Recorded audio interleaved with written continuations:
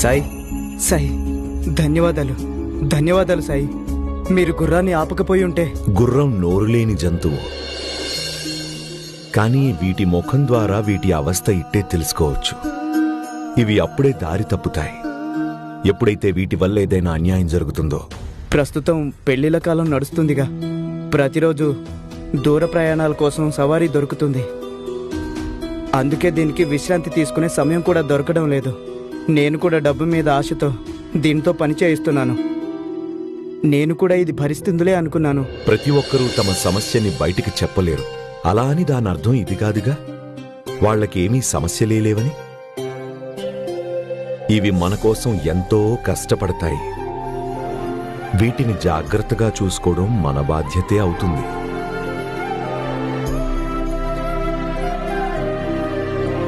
ఇక నేను ఈ తప్పు చెయ్యను సాయి. నేను దీన్ని జాగ్రత్తగా చూసుకుంటాను. వెళ్తాను సాయి.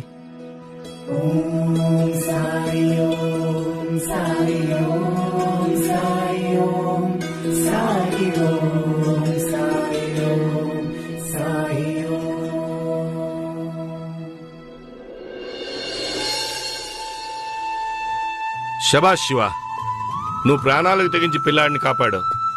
శబాష్ బాబు. శివ, చాలా మంచి పని చేసావు బాబు. చాలా సాహసం చేసావు నువ్వు.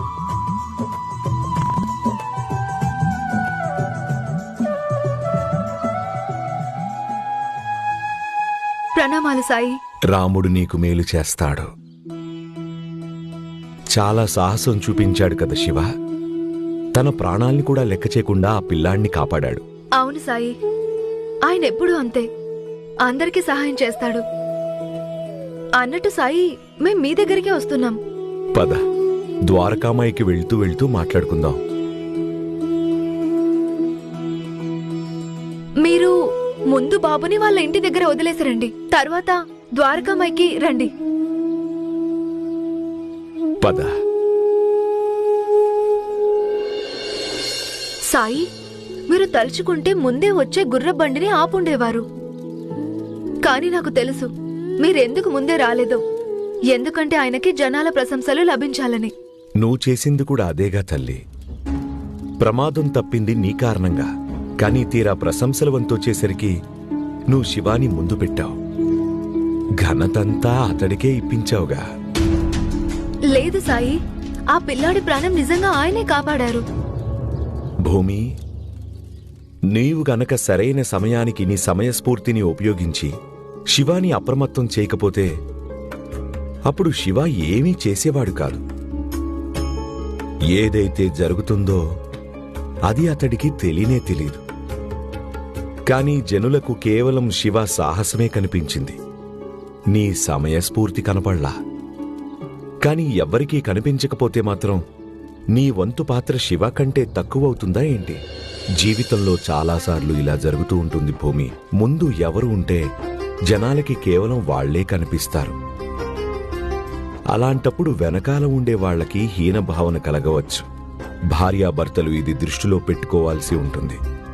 ఎవరైతే కనిపించడం లేదో వాళ్లని వాళ్లు తక్కువగా భావించుకోకుండా వాళ్లక్కూడా అదే గౌరవం దక్కేలాగా ఏదైతే రెండో వాళ్లకి దక్కుతుందో, లేకపోతే లేనిపోని అపార్థాలు పుట్టుకొస్తూ ఉంటాయి. ఈ విషయాన్ని మీరు ఇద్దరూ ఎల్లవేళలా గుర్తుపెట్టుకోవాల్సి ఉంటుంది. జీవితంలో కూడా అలాగే మీ పనిలో కూడా. మీరు బాధపడకండి సాయి, మా మధ్య ఎప్పుడూ అపార్థాలు పుట్టనే పుట్టవు. ఇంతకు ముందు అలా అవ్వలేదు, ఇక ముందు కూడా అవ్వదు.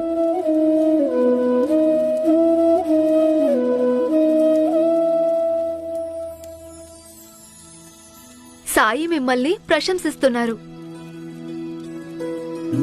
మిగతాది తర్వాత చెప్తాను.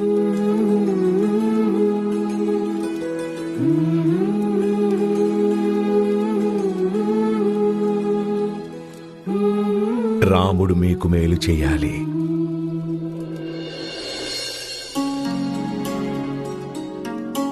ప్రణామాలు సాయి. రాముడు మీకు మేలు చేస్తాడు. భూమి గారు, నేను మీ ఇంటికి వెళ్ళాను. మీ ఇంట్లో అడిగితే తెలిసింది మీరు ద్వారకామాయి వచ్చారని. తుకారం గారు సందేశం పంపించారు, మిమ్మల్ని గ్రామానికి వెళ్లి బొమ్మలాట ప్రదర్శించాలని. అలాగే.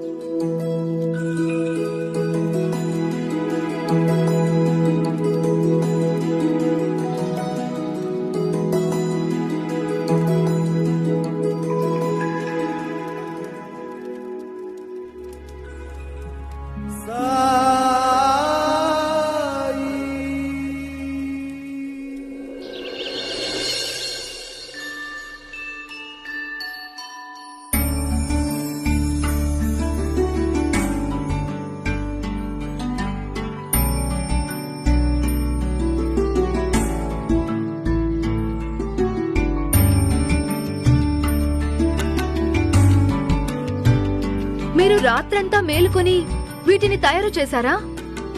నేను కూడా తొందరగా తయారైపోయి అభ్యాసం చేస్తాను. రేపు సాకోరిలో కార్యక్రమం ఉంది. అంతా సవ్యంగా జరిగిపోవాలి.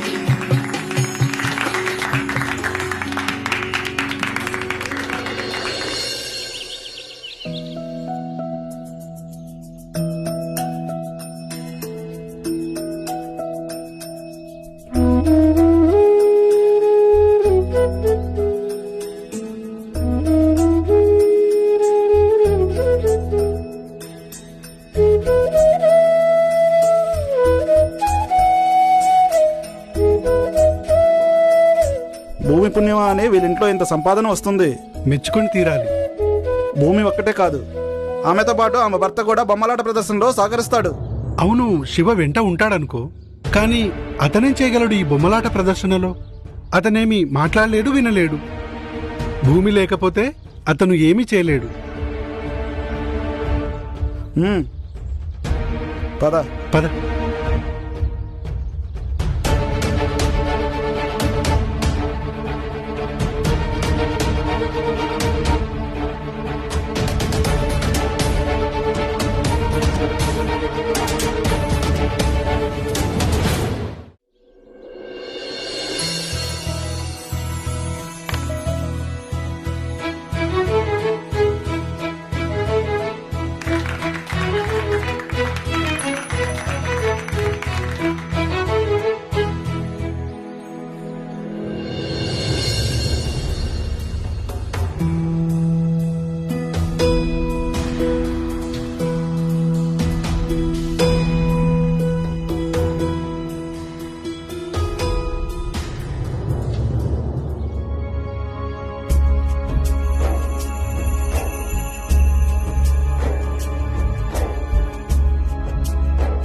ఇప్పుడైనా చూడడం లేదు.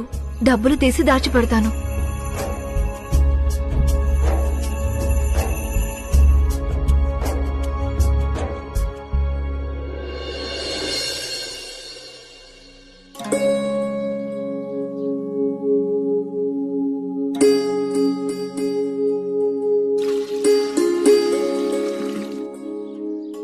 భూమి, ఒకసారి ఇక్కడికి రా.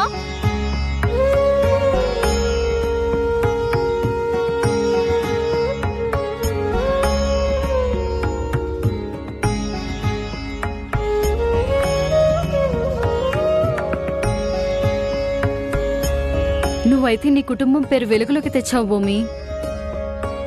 షిరిడీ బయట ఏ ఏ గ్రామాల్లో నువ్వు బొమ్మలాట ప్రదర్శన చేశావో మేము అన్ని చోట్ల ప్రశంసలు విన్నాము.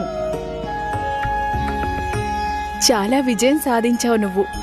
మళ్ళీ ఇంకొకసారి రుజువు చేశావు నువ్వు. అమ్మాయిలు తలుచుకుంటే ఏమైనా సాధించగలరని. కానీ నేను ఒంటరిగా ఇక్కడ చేశానిదంతా. ఎంతైనా బొమ్మలు లేకుండా ప్రదర్శన సాధ్యమవుతుందా? ఆయన లేకుండా నా కథ రసవత్తరం ఎలా అవుతుంది? నా భర్త కళ, ఇంకా ఆయన ప్రతిభ నా కథకి ప్రాణం పోస్తాయి. అవును, నువ్వు చెప్పింది అక్షరాల నిజం.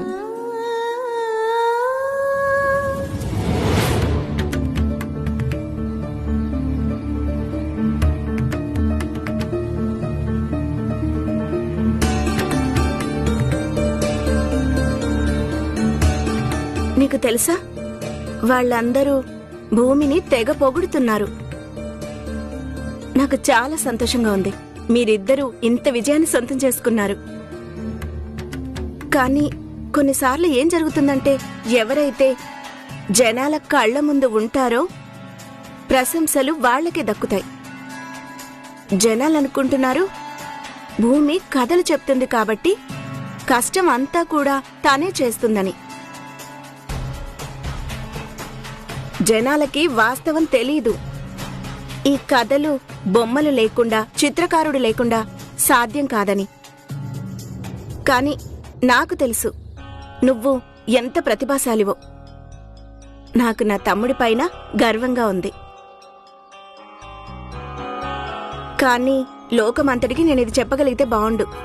నువ్వు ఎంత కష్టపడతావో నేను కూడా సంతోషించేదాన్ని, జనాలు నిన్ను కూడా ప్రశంసిస్తే గనక. కాని ఏం పర్వాలేదులే, కనీసం భూమికైనా పేరు వస్తుంది కదా.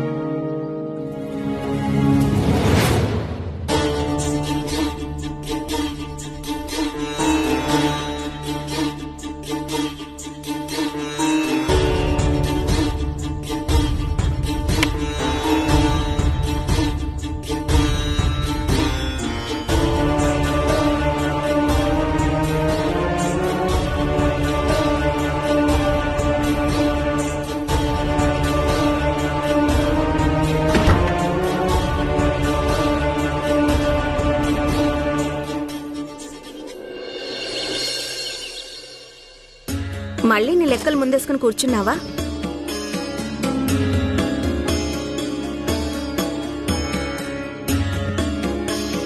లెక్కలు గిక్కలు తీసి పక్కన పెట్టు. ముందు నాకు చెప్పండి, మీరేం ఆలోచించారు? తర్వాత మాట్లాడుకుందాం.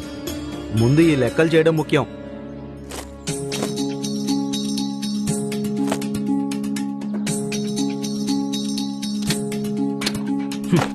సరే, తొందరగా చెప్పు, ఏం చెప్తావో. నా దగ్గర ఎక్కువ సమయం లేదు. సమయం లేకపోతే సమయం తీసుకోండి. నేను మీ భార్యని, ఈ ఇంటి పని మనిషిని కాను, ఎప్పుడు నోరు మూసుకొని పనిచేస్తూ ఉండటానికి. మా అన్నయ్య శివన్ చూడండి, తన భార్యను అన్నిట్లో తను ఎంత సమర్థిస్తాడు, అన్నింటిలోనూ చక్కగా తోడుంటాడు. తన కారణంగానే భూమి రోజు రోజుకి అభివృద్ధి చెందుతుంది. మా అమ్మ ఆమెకి పనిచేయటానికి స్వేచ్ఛ ఇచ్చింది. మరి ఆ స్వేచ్ఛ ఇక్కడ నాకెందుకు దొరకదు?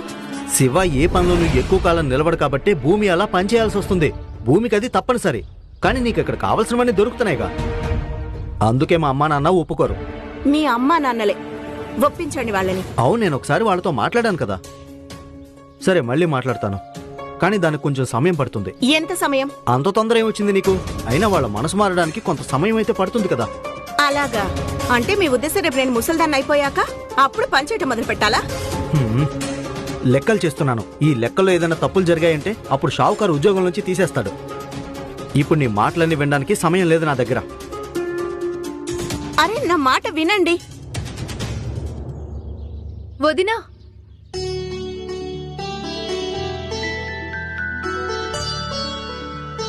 ఈరోజు ఏ కార్యక్రమం లేదా మీకు?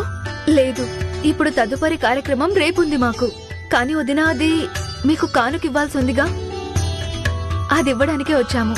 ఎలాంటి బహుమతి తెచ్చానంటే అది విరిగేది కాదు.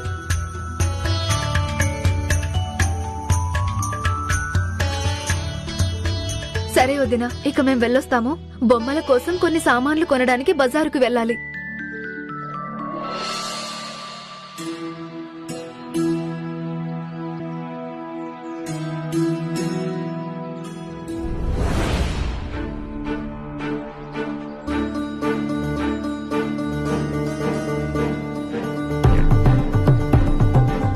అదృష్టవశాత్తు ఇద్దరు ఉప్పు నిప్పు.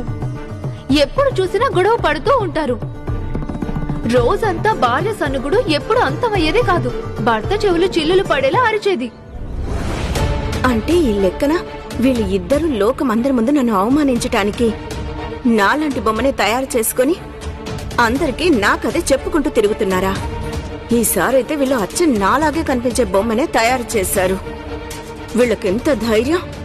నా బొమ్మ నాకే ఇవ్వటానికి వచ్చారు.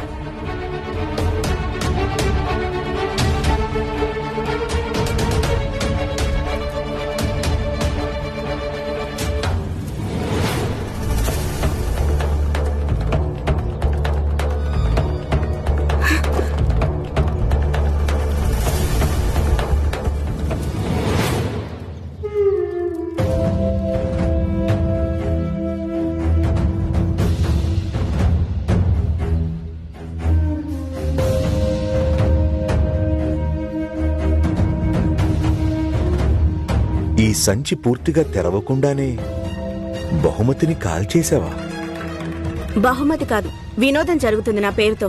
ఈ బొమ్మనిచ్చి వాళ్ళిద్దరూ నన్ను ఎగతాళి చేసి వెళ్లారు. దీన్ని నీవు ఎగతాళి అనుకుంటున్నావు. ఇది మీ అన్నయ్య కష్టం, అతని ప్రేమ కూడా. ఇంకా అతను నీకు ఇచ్చింది కేవలం ఒక్కటే కానుక కాదు.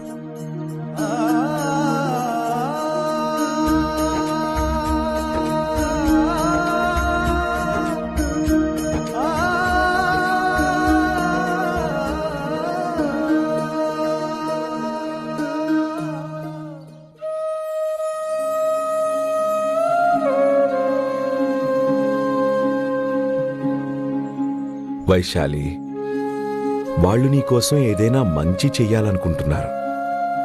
కానీ నువ్వు నీ మనసులో ఒక అభిప్రాయం ఏర్పరచుకున్నావు. ఆ అభిప్రాయంతో స్వయంగా నీకు నువ్వే నష్టం చేసుకుంటున్నావు.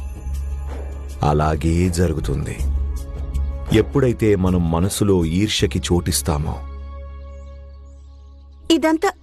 ఇదంతా వాళ్ళిద్దరి నాటకం. ఇవిచ్చి వాళ్ళు నన్ను ఎగతాళి చేస్తున్నారు.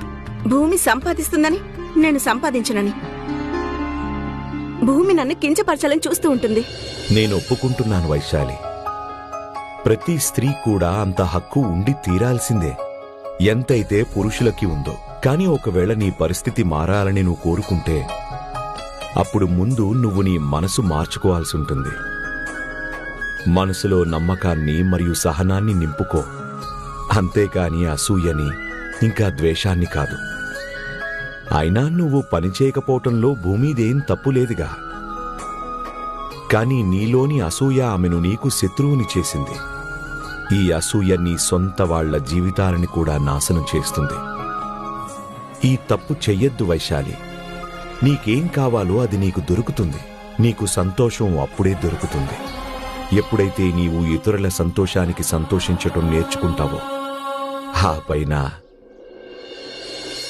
అల్లా మాలిక్.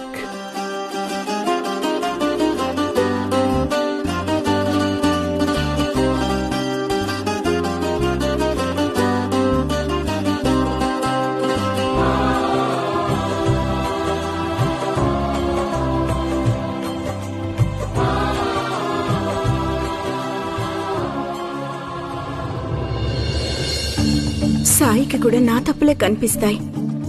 భూమి అందరినీ మాయ చేసి పారేసింది. కానీ నేను అందరికీ చూపిస్తాను భూమి నిజ స్వరూపమేంటో.